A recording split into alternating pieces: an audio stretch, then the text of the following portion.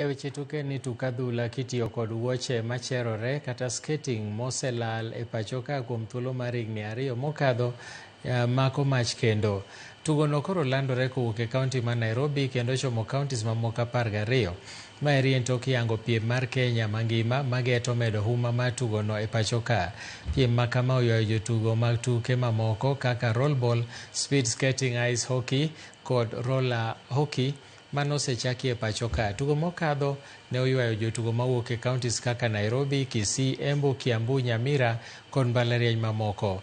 Riwruok mochung' ne tuke skating e pachoka dwaro mondo mi giyud thuolo mar yangogi e weche tuke kaluwore kod chike mag tuke kendo dwaro mondo tugono okere e kauntis ma ok tin ne 24. Riwruogno biro diero jotugo mabiro ting'o bandera mar Kenya e tuke mag All Africa e piny Senegal giko ma dweni motelo ne tuke mag World Cup higa 2026. It has been something good. I think even the visitors that have been coming here, some of them are people who play football professionally and they're really excited about the game.